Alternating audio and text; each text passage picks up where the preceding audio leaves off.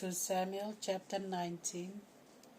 The king was greatly disturbed, and going over to the room over the gate, he wept and said, O my son Absalom, my son Absalom, would that I had died instead of you, O Absalom, my son, my son.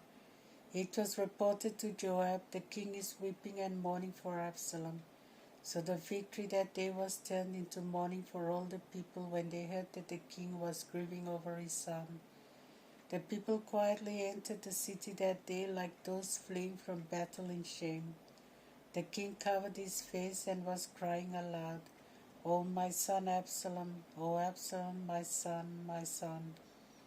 Joab then came to the king's house and said, You have today put to shame all your servants who saved your lives, the lives of your sons and daughters and of your wives and concubines.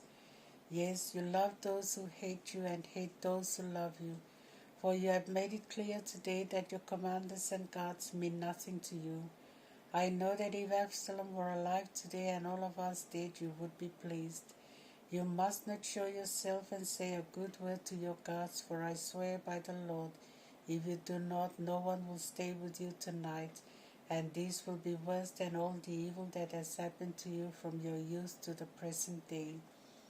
So the king took his seat at the gate, and as the people were informed that the king was sitting at the gate, they came before him. The people of Israel had fled, each man to his own home. Yet throughout all the tribes of Israel the people were arguing, The king delivered us from the hands of our enemies. It was he who saved us from the hands of the Philistines. But he had to flee the country because of Absalom.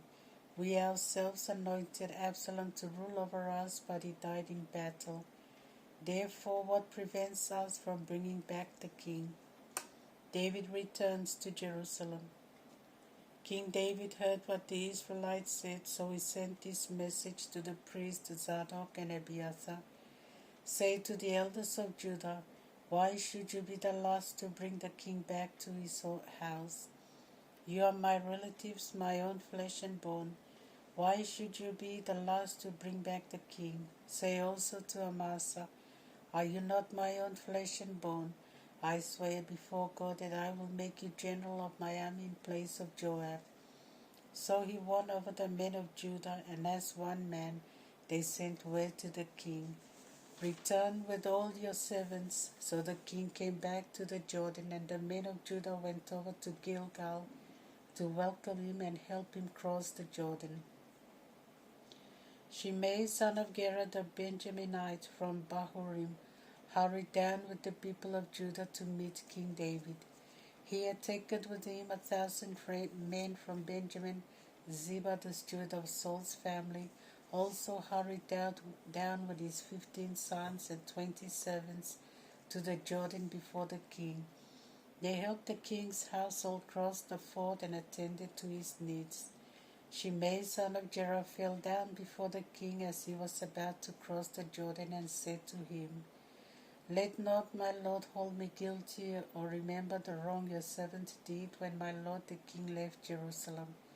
Let not the king remember this, for I confess that I have sinned, and therefore I have come today, the first from Joseph's tribe, to welcome my lord the king.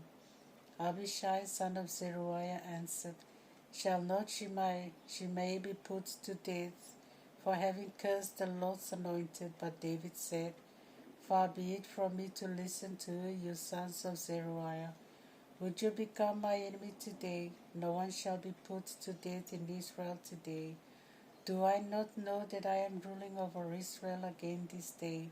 So the king assured Shimei with an oath, You shall not die. Meribbaal, son of Saul, came down from Jerusalem to meet the king. He had not washed his feet, or trimmed his beard, or washed his clothes from the time the king departed until he returned safely. When he arrived to meet the king said to him, Why did you not go with me, Meribbaal? He answered, My lord, O king, my steward deceived me, for I said to him, Saddle an ass for me, so that I may die. I may ride on it and go with the king, since I am lame. But he slandered me to the Lord, to my lord the king, and yet my Lord the King is like an angel of God. Do therefore what seems good to you. My father's family was doomed to die before my Lord the King, but you counted your servant among those who eat at your table. What further right do I have to complain to the king? The king said to him, Why talk more? I have decided you and Ziba shall divide the land.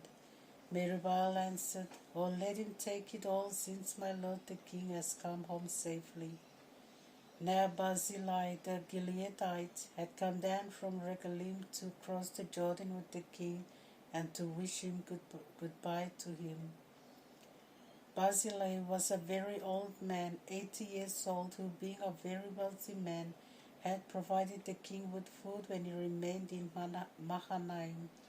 The king said to Barzillai, Come, join me and stay with me. I will take care of you in Jerusalem. But Barzillai said to the king, How many more years will I live that I should go up with the king to Jerusalem? Now I am 80 years old. Can I discern what is pleasant from what is not? Can your servant still taste what he eats or drinks, or listen to the voice of men and women singing? Why then should your servant be an added burden to my lord the king? Your servant will accompany the king just a little past the Jordan. Why should the king reward me for this?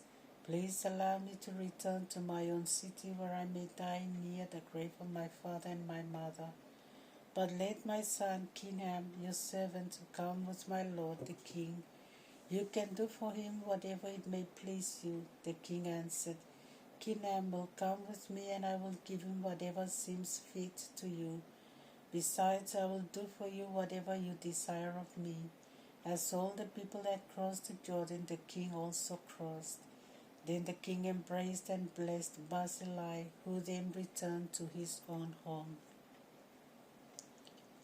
Israel and Judah quarrel. The king went on to Gilgal, accompanied by Kinham, together with all the people of Judah and half the people of Israel.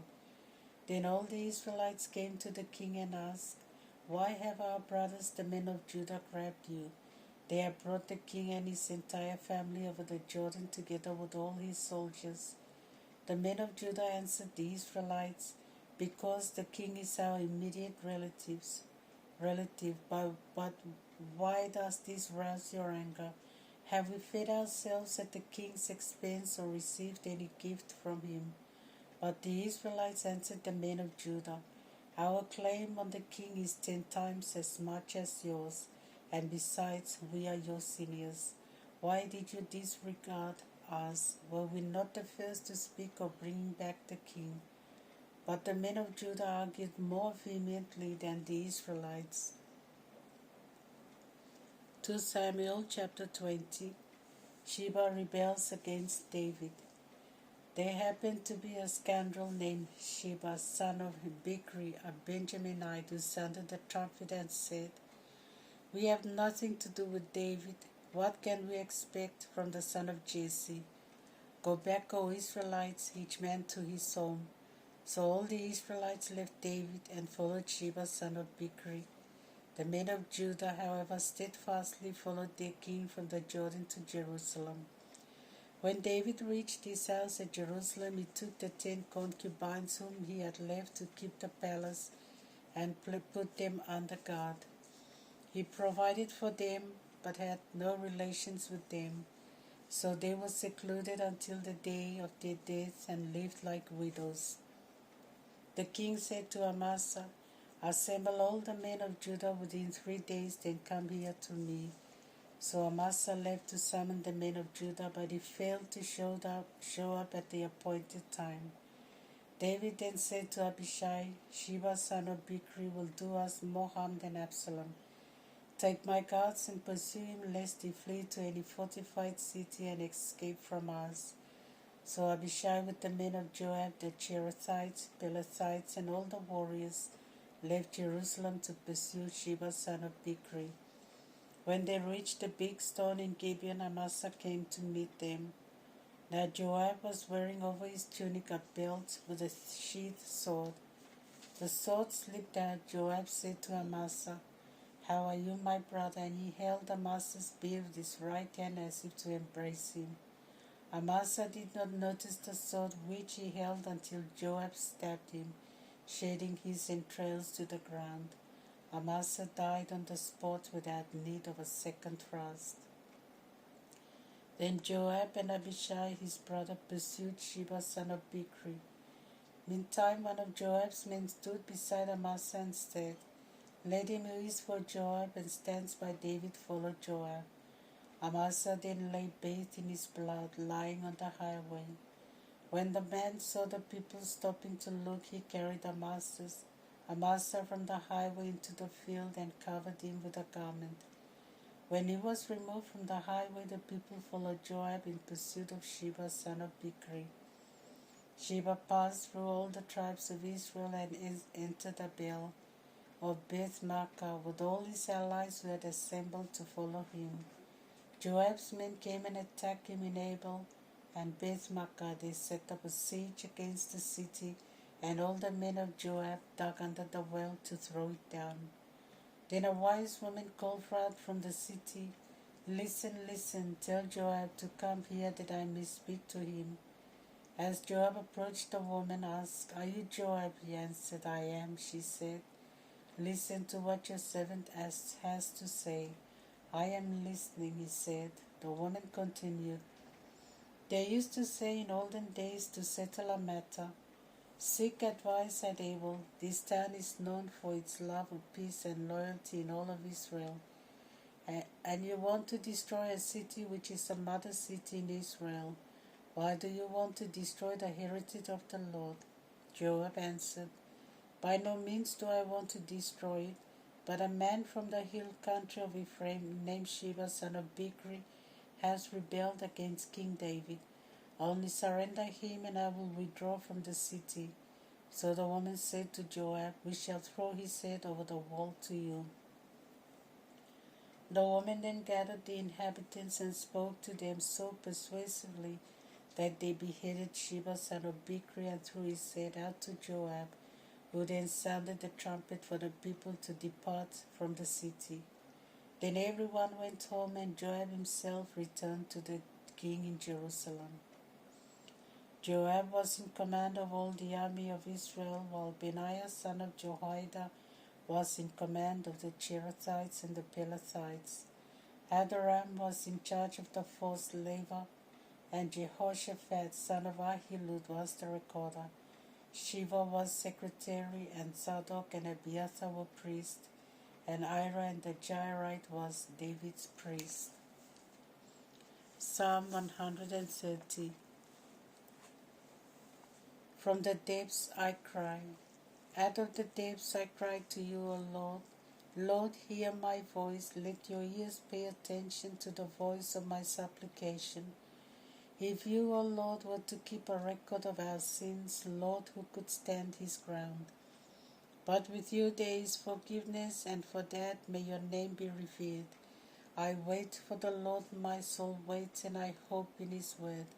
My soul waits for the Lord more eagerly than watchmen wait for the dawn. Yes, more eagerly than watchmen wait for the dawn. O Israel, hope in the Lord, for with him is unfailing love and power to bring full deliverance. He will deliver Israel from all its sins. John chapter 5 verse 1 to 24. Jesus heals on the Sabbath. After this there was a feast of the Jews, and Jesus went up to Jerusalem. Now by the sheep gate in Jerusalem there is a pool called Bel-Zatha in Hebrew, which was 5 porticos. In these porticos lay a multitude of sick people, blind, lame, and paralyzed, waiting for the water to move.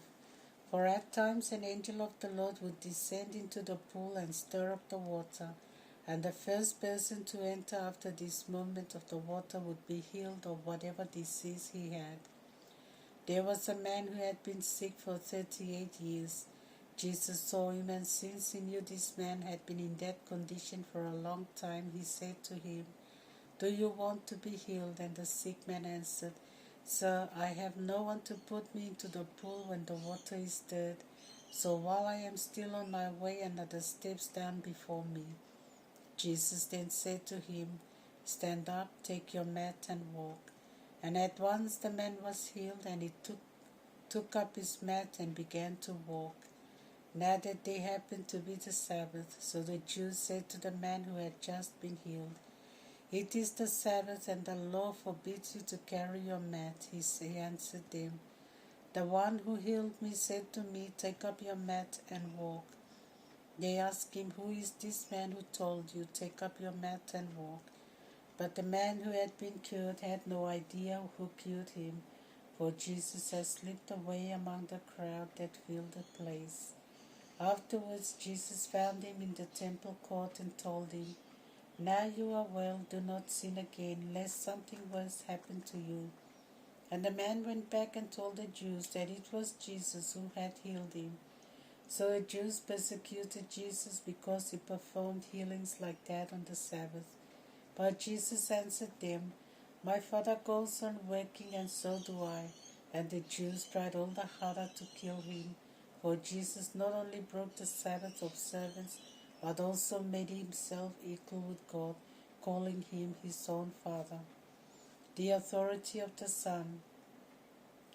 Jesus said to them, Truly I assure you, the Son cannot do anything by himself, but only what he sees his Father doing. And whatever he does, the Son also does. The Father loves the Son and shows him everything he does, and he will show him even greater things than these, so that you will be amazed. As the Father raises the dead and gives them life, so the Son gives life to whom he chooses. In the same way the Father judges no one, but he has entrusted all judgment to the Son, and he wants all to honor the Son as they honor the Father. Whoever does not honor the Son does not honor the Father who sent him. Truly I say to you, whoever hears my word and believes him who sent me has eternal life, and there is no judgment for him because he has passed from death to life.